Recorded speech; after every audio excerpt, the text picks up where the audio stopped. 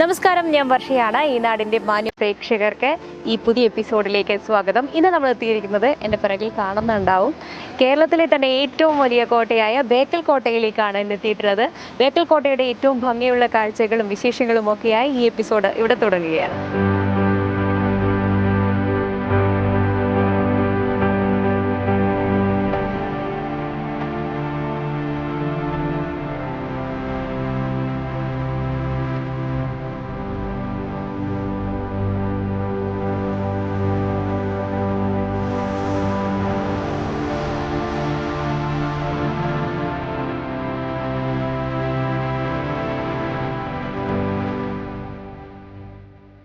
ഇതാണ് കോട്ടയുടെ മുൻവശം. എവിടെയാണ് പ്രവേശന കവാടം വരുന്നത്. ഇതിന് തൊട്ടടുത്ത് നമുക്ക് കാണാം, ഒരു കിടങ്ങ് പോലെ ചെയ്തു വെച്ചിട്ടുണ്ട്. അത് ഒരു കാലത്ത് ഇതിൽ വെള്ളം ഒഴുകിയിട്ടുണ്ടാകാം.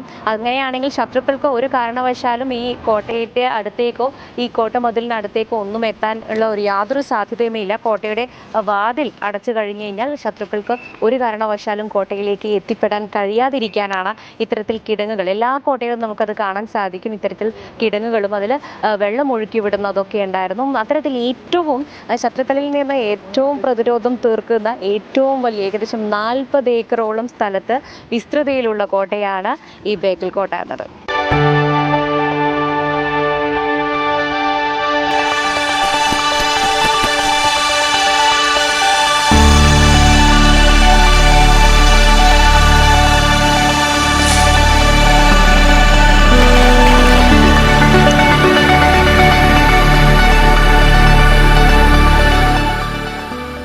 ഇവിടുന്നാണ് നമ്മൾ കോട്ടയിലേക്ക് ശരിക്കും പ്രവേശിക്കുന്നത്. നേരത്തെ കാണിച്ച എൻട്രൻസ് എന്ന് അവിടെ ഒരു ഹനുമാൻ സ്വാമിയുടെ ക്ഷേത്രമുണ്ട്. അവിടെ വരെ ടിക്കറ്റ് ഒന്നും എടുക്കാതെ തന്നെ നാട്ടുകാരെ പ്രദേശത്തുകാർക്കൊക്കെയും ഈ ക്ഷേത്രത്തിലേക്ക് വരികയും പ്രാർത്ഥന നടത്തുകയും ഒക്കെ ചെയ്യാം. അതിനുശേഷം നമ്മൾ കോട്ടയിലേക്ക് കടക്കുമ്പോഴാണ് ടിക്കറ്റ് പരിശോധനയൊക്കെ നടക്കുന്നത്. ഒരാൾക്ക് 25 രൂപയാണ് ഇപ്പോൾ ടിക്കറ്റ് നിരക്ക്. നേരത്തെ ക്യാമറയ്ക്കൊക്കെ ഇവിടെ ടിക്കറ്റ് ഉണ്ടായിരുന്നു, പക്ഷേ ഇപ്പോൾ ക്യാമറ ഫ്രീ ആണ്.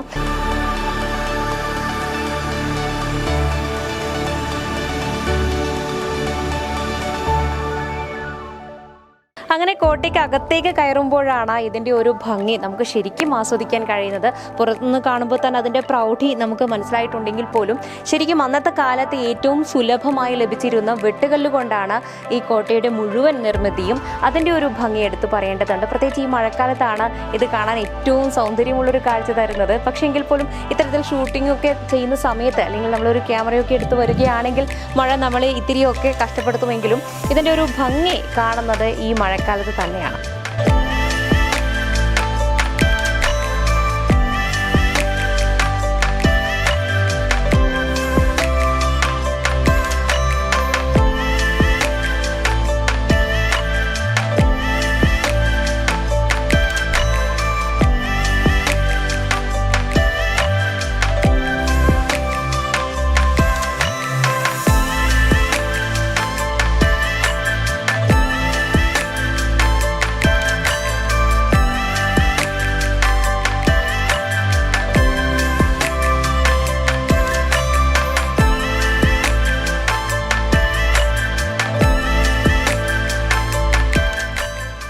മിക്കവാറും എല്ലാ കോട്ടകളും തന്നെ കടലിനരികിലായി തന്നെയാണ് ഉണ്ടാകാറുള്ളതെങ്കിലും ബേക്കൽ കോട്ടയുടെ ഒരു പ്രത്യേകത, ബേക്കൽ കോട്ട കടലിലേക്ക് ഇറങ്ങി നിൽക്കുന്ന രീതിയിലാണ് ഇത് പണി കഴിപ്പിച്ചിരിക്കുന്നത്.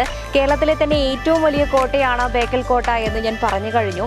മറ്റൊരു കാര്യം, പാശ്ചാത്യരാണ് മിക്കവാറും കോട്ടകളൊക്കെ കേരളത്തിൽ നിർമ്മിച്ചിരിക്കുന്നത്. പക്ഷേ ബേക്കൽ കോട്ട തദ്ദേശീയർ തന്നെയാണ് നിർമ്മിച്ചിരുന്നത്. നമുക്ക് തൊട്ടടുത്തുള്ള കണ്ണൂർ കോട്ട പോർച്ചുഗീസുകാരാണ് നിർമ്മിച്ചത്. അതുപോലെ തലശ്ശേരി കോട്ട ഇംഗ്ലീഷുകാരാണ് നിർമ്മിച്ചത്. അത്തരത്തിൽ വ്യവസായ ആവശ്യങ്ങളുമായി വന്ന വിദേശികളാണ് നമ്മുടെ നാട്ടിലെ മുഴുവൻ കോട്ടകളും നിർമ്മിച്ചിരുന്നത്. നമ്മുടെ ഒരു വാസ്തു ഭംഗി, അതിൻ്റെ ആ ഒരു കാലം മുതൽ നമ്മുടെ ഒരു പൈതൃകം ഒക്കെയും അതുകൊണ്ട് തന്നെ ഈ ബേക്കൽ കോട്ടയിൽ നമുക്ക് കാണാൻ സാധിക്കും.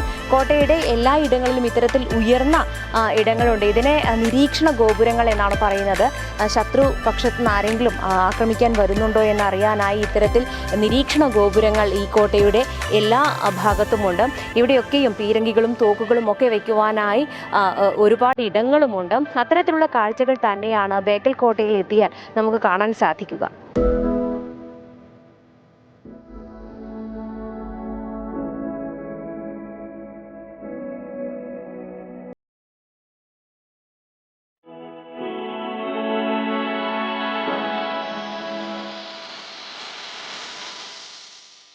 ഈ ഭിത്തിയിലൊക്കെ നമുക്ക് കാണാൻ സാധിക്കും പീരങ്കികളും തോക്കുകളും ഒക്കെ വയ്ക്കുവാൻ വേണ്ടി നിരനിരയായി തുളകളിട്ട് വച്ചിരിക്കുന്നത്.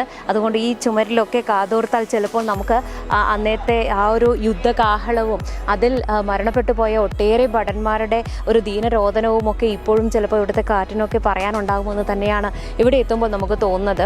അത്തരത്തിലൊരു യുദ്ധം മുന്നിൽ കണ്ട് തന്നെയാണ് ഈ കോട്ട പണി കഴിപ്പിച്ചിരുന്നത്. ഏതു നേരവും ശത്രുക്കൾ കടൽ മാർഗമൊക്കെ അന്നറിയാമല്ലോ, ജലഗതാഗതമാണ് ഏറ്റവും കൂടുതൽ ഉണ്ടായിരുന്നത്. അത്തരത്തിൽ ജലമാർഗത്തിലൂടെ എത്തുന്ന ശത്രുക്കളെ സദാ ഇവിടെ നിന്നും ഇത്തരത്തിൽ നിരീക്ഷണ ഗോപുരത്തിൽ നിന്നും ഭടന്മാർ നിരീക്ഷിച്ചു കൊണ്ടിരിക്കും. അതുപോലെ അവർ ആരെങ്കിലും അങ്ങനെ വരുന്നുണ്ടെങ്കിൽ സൈനികർക്ക് എത്രയും പെട്ടെന്ന് നിർദ്ദേശങ്ങളൊക്കെ നൽകുന്നതും ഒക്കെയും അതിനുവേണ്ടി എപ്പോഴും ഇവിടെയൊക്കെ ഭടന്മാർ ഇത്തരം നിരീക്ഷണ ഗോപുരങ്ങളിൽ ഉണ്ടാകുമെന്നാണ് പറയുന്നത്. ഈ കോട്ട ഇവിടെ നിർമ്മിച്ചതിനെ കുറിച്ചും രണ്ട് വാദങ്ങളുണ്ട്. ഇത് കോലത്തിരി രാജാക്കന്മാർ തന്നെ ഇവിടെ നിർമ്മിച്ചു എന്ന് വിശ്വസിക്കപ്പെടുന്നവരുണ്ട്. ആ കോട്ട പിന്നീട് ഇക്കിരിയൻ രാജാക്കന്മാർ വന്ന് പുതുക്കി പണിതു എന്ന് വിശ്വസിക്കുന്ന ഒരു വിഭാഗം. എന്നാലല്ല, കോലത്തിരി രാജാക്കന്മാരോട് പട നയിച്ച് വിജയിച്ച ഇക്കേരി രാജാക്കന്മാർ ഇവിടെ എത്തിയതിനു ശേഷം അവർ പണിതതാണ് ഇന്ന് കാണുന്ന ബേക്കൽ കോട്ട. പിന്നീട് കൈമറിഞ്ഞ് അത് ബ്രിട്ടീഷുകാരുടെ കയ്യിൽ വരെ എത്തിയിരുന്ന ഈ കോട്ട പലപ്പോഴായി ഇത്തരത്തിൽ പുതുക്കി പണിതാണ് ഇന്ന് നമ്മൾ കാണുന്ന കോട്ട എന്നാണ് മറ്റൊരു വിഭാഗം പറയുന്നത്.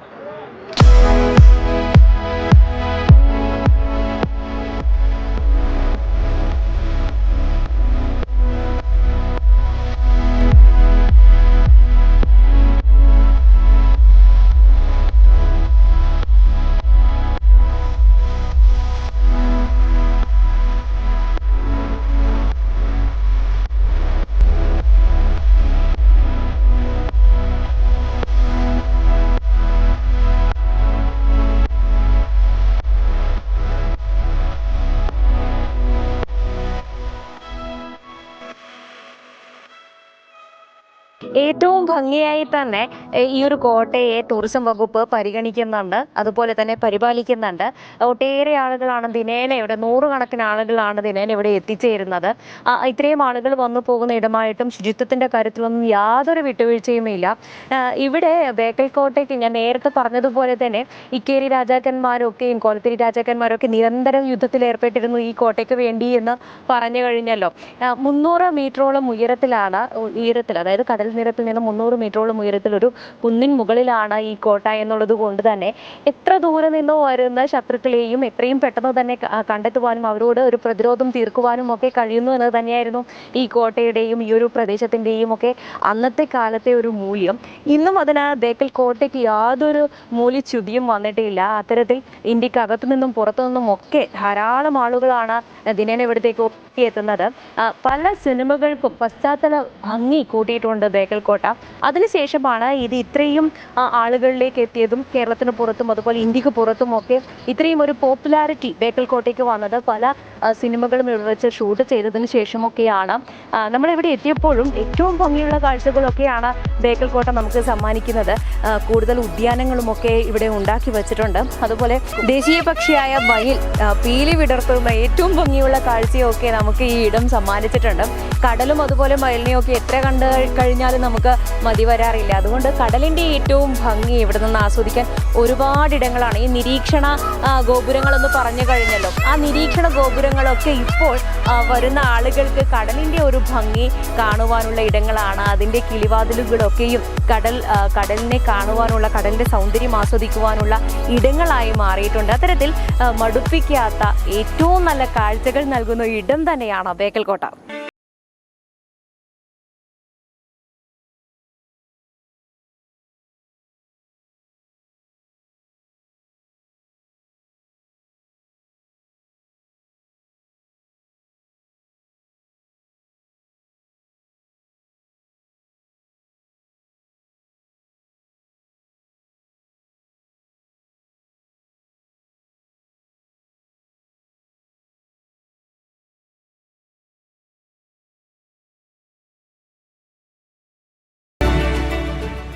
എനിക്ക് പിറകിൽ കാണുന്നത് ഈ കോട്ടയിലെ ഏറ്റവും വലിയ ഒരു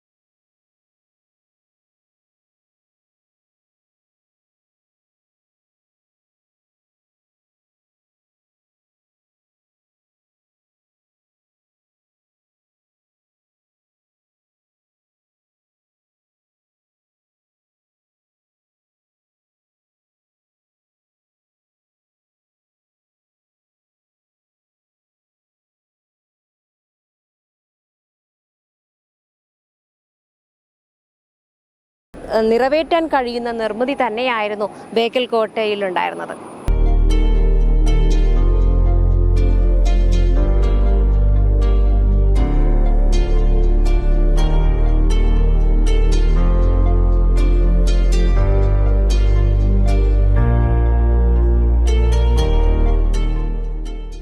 ഇതൊരു ഭൂഗർഭ വഴിയാണ്, കടലിലേക്കാണ് ഈ വഴി ചെന്നെത്തുക.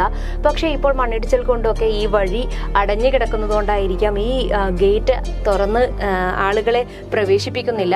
പഴയ കാലത്തൊക്കെ ആളുകൾക്ക് ഇതുവഴി പോകാനുള്ള ഒരു സൗകര്യമൊക്കെ ഉണ്ടായിരുന്നു. ഇത്തരത്തിൽ ഗേറ്റ് വെച്ച് അടച്ചില്ലായിരുന്നു. അതുകൊണ്ട് തന്നെ ഇത് നേരെ കടലിലേക്കാണ് എത്തുന്നത്. ഇത്തരത്തിൽ ഒട്ടേറെ മാർഗങ്ങൾ ഇപ്പോൾ കാണുന്നതും അല്ലെങ്കിൽ അടഞ്ഞുപോയി നമുക്ക് കാണാൻ കഴിയാത്തതുമായ ഒട്ടേറെ മാർഗങ്ങളുണ്ടായിരുന്നു. ശത്രുക്കൾ ഒരു പക്ഷേ കോട്ടയ്ക്കകത്ത് പ്രവേശിക്കുകയാണെങ്കിൽ ഇത്തരം വഴികളിലൂടെ രക്ഷ നേടുക എന്നതായിരിക്കണം ഈ നിർമ്മിതിയുടെ ഒക്കെയും ഒരർത്ഥം.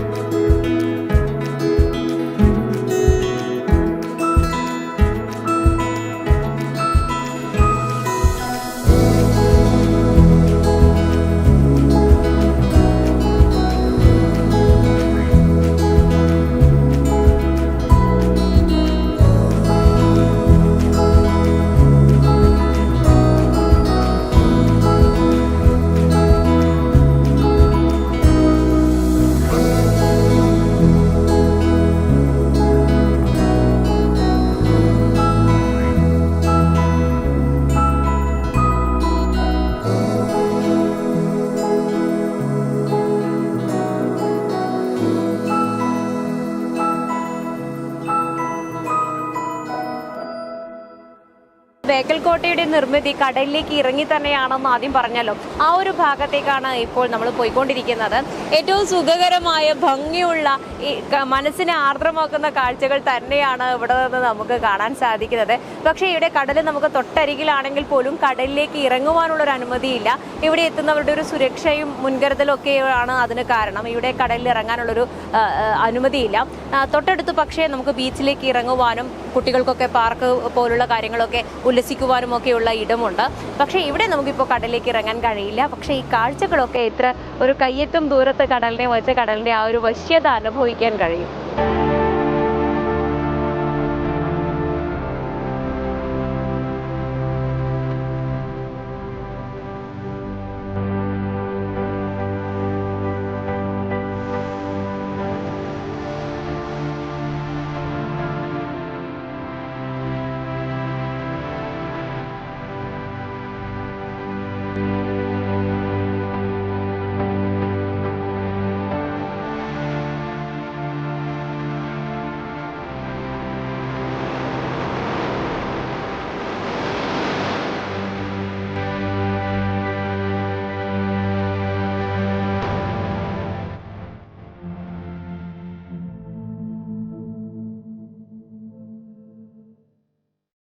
ബേക്കൽ കോട്ടയുടെ ഭംഗിയുള്ള കാഴ്ചകളിൽ നിന്നും ഇന്നേക്ക് ഈ നാടിന് വിട പറയാൻ സമയമായിട്ടുണ്ട്.